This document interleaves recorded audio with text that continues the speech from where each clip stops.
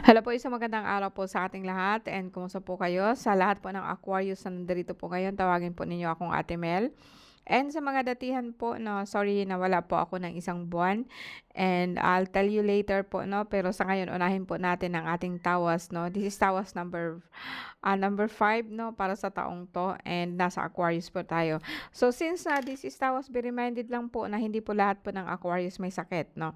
And kung may nararamdaman ka po, tingnan na lang po natin kung ano po nangyari po sa inyo.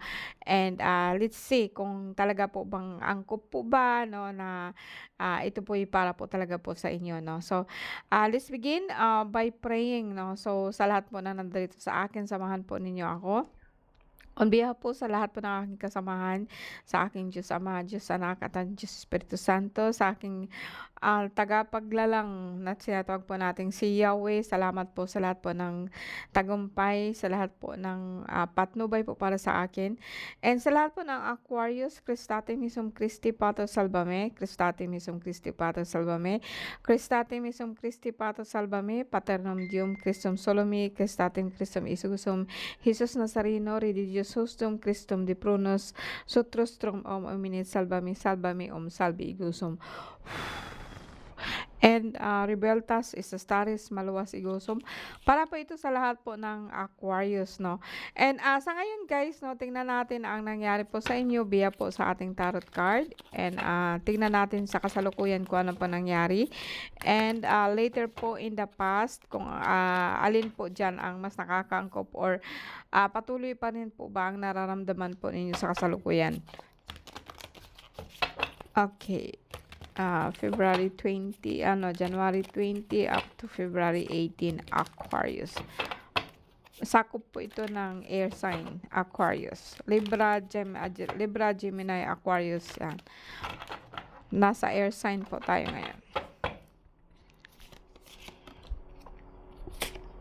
So, tingnan natin sa kasalukuyan kung ano po nangyari sa inyo guys, no? And I will get 9 din po sa in the past, 9 din po in the future, and 9 din po ito sa kasalukuyan.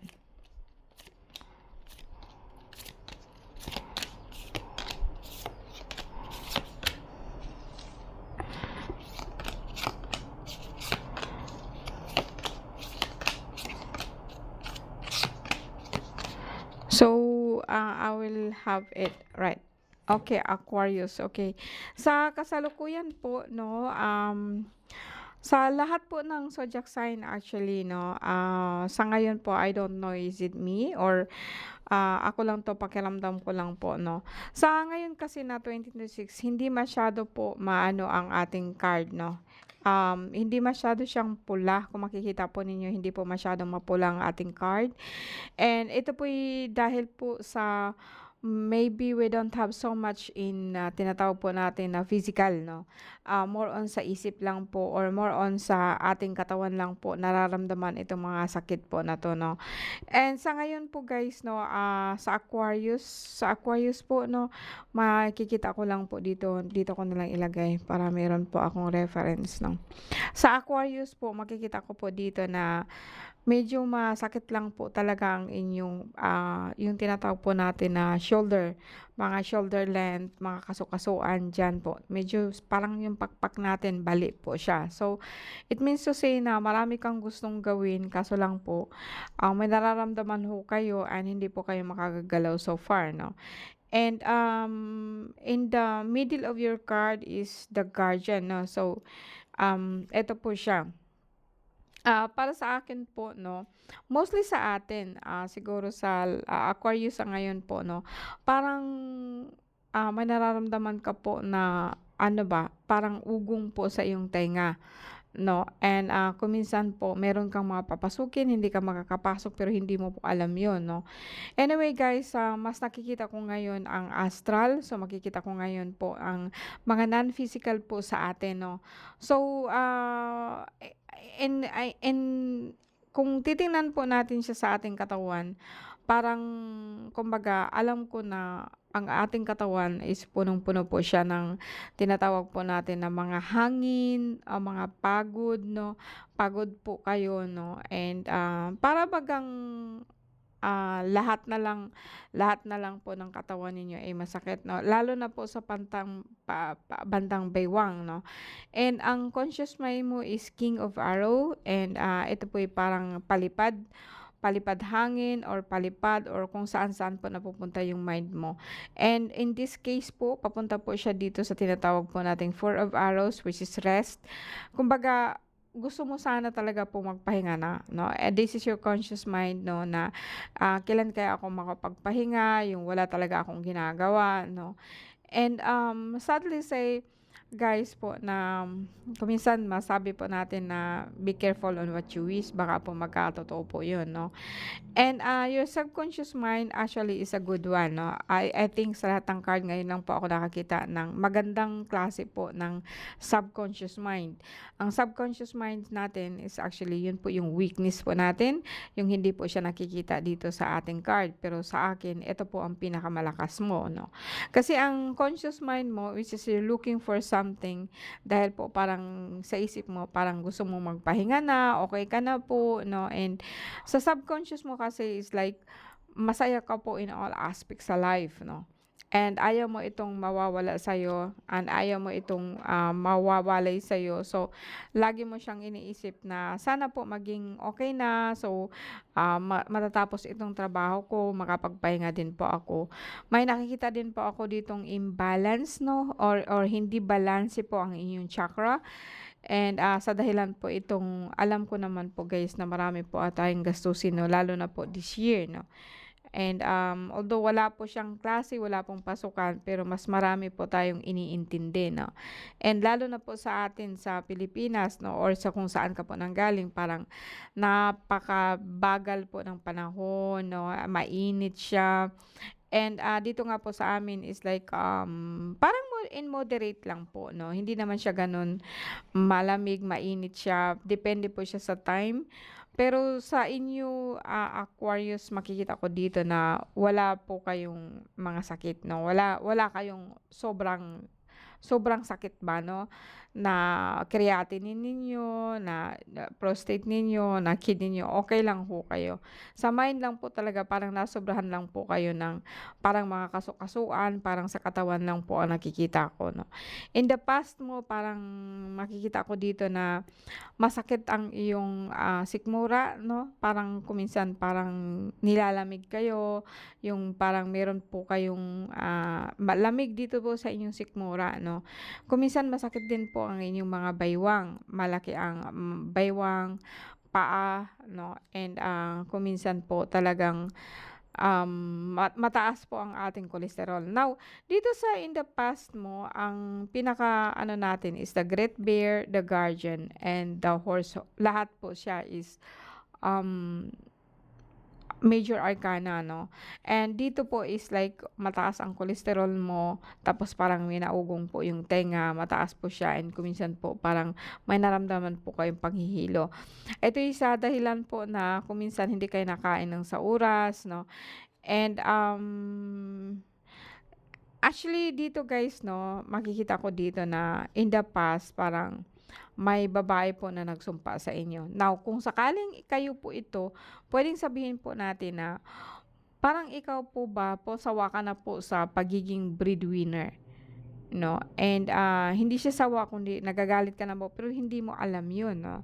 Hindi mo siya alam na bakit ka naiirita 'no, kasi dito kasi sa akin po, in a physical form po makikita kong may sakit kayo, pero sa ano kung bakit kayo nagkakasakit, dito na po lumalabas itong mga sintomas po 'no, ng pagtaas po ng ating kolesterol 'no, na pananakit po ng ating sikmura, pananakit ng ating ulo, and hindi po ikaw masyadong clear ang iyong paningin.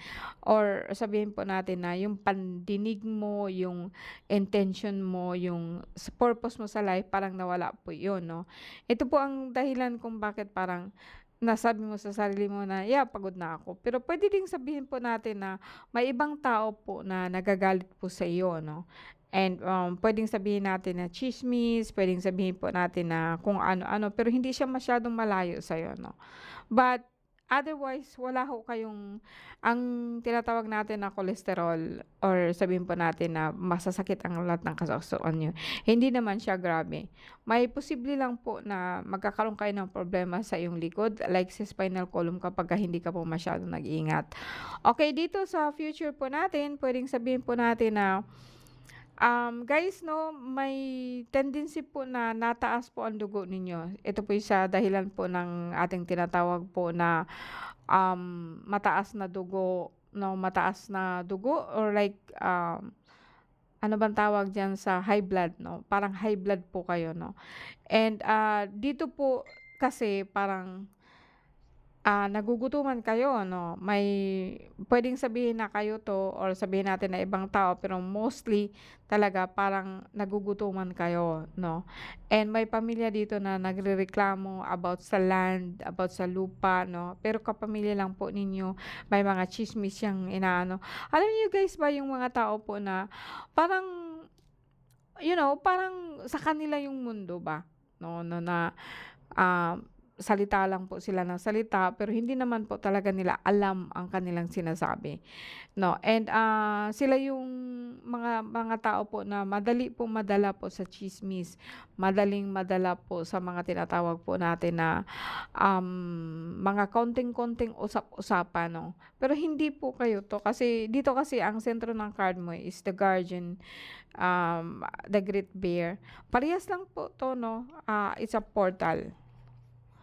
And, lahat po 'to ay actually is problema sa dugo, like cholesterol 'no. So, atorvastatin, puwede kayong uminom ng atorvastatin or sabihin po natin na, 'pag lalo na po 'pag nahihilo na kasi eto lahat po is, this is your today, this is in the past, and this is in the future 'no, so tatlo. So, eto lahat po siya guys is, major arcana. Puwedeng sabihin po natin na, parehas po sila problema po sa dugo or portal 'no, na kung minsan po hindi ka makakapasok kasi may nakabantay pero hindi mo siya alam. And mapapansin mo na lang po parang naugong po yung tenga ninyo 'no. Parang may naugong kayo diyan sa tenga ninyo pero wala naman po siyang problema 'no, kahit magpatingin po kayo sa derma, wala po siyang problema 'no.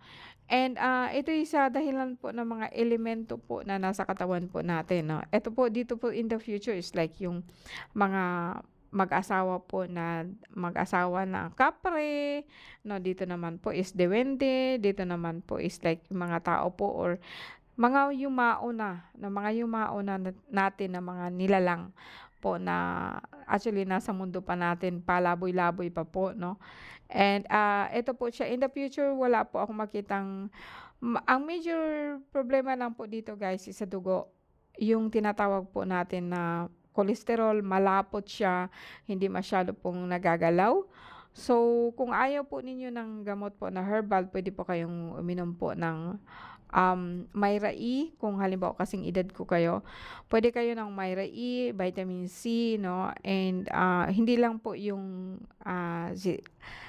vitamin Z na parang potency kasi 'pag vitamin C kasi at saka Myra E 'pag pinaghalo siya yung iba kasi parang nananakit yung lalamunan o nananakit po itong sikmura po natin 'no.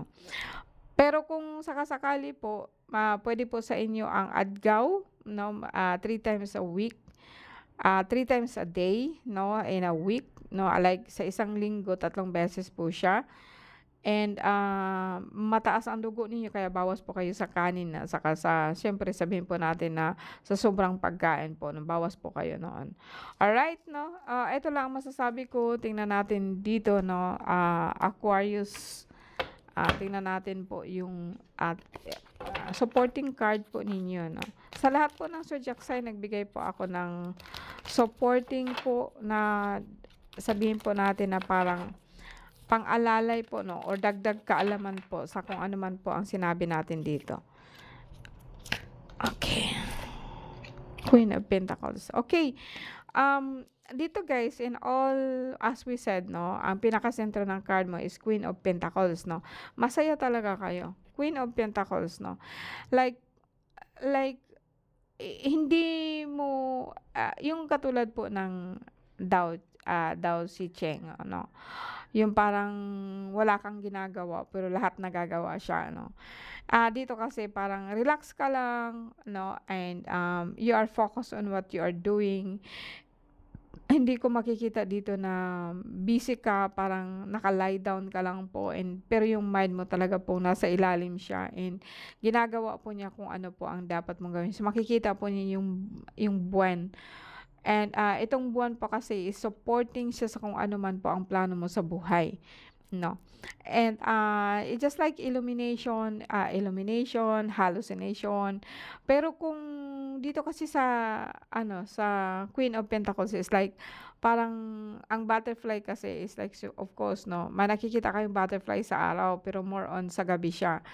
And lalo na po kapagka pagabi na, 'no, makikita mo sila, 'no, yung mga nilalang po natin na panggabi, like mga nocturnal, sa gabi po yun sila lumalabas, 'no. So, eto, kahit tulog ka, puwedeng sabihin po natin na gumagana po ang utak ninyo kahit tulog kayo, kahit hindi po kayo naka-focus, 'no.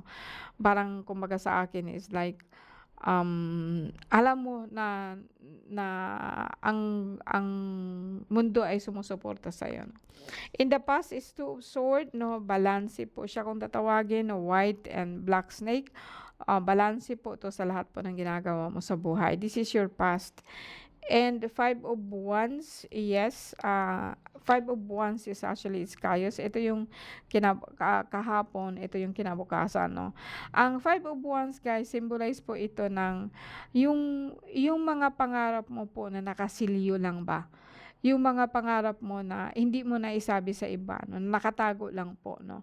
I think this time kahit tinatago mo lang po siya, naghihintay ito sa iyo na palabasin mo. Naghihintay ito na balikan mo siya and tingnan mo kung ano po ang nararapat po para sa kanya, 'no. So, all in all, I would say na it's good, it's neither good neither bad.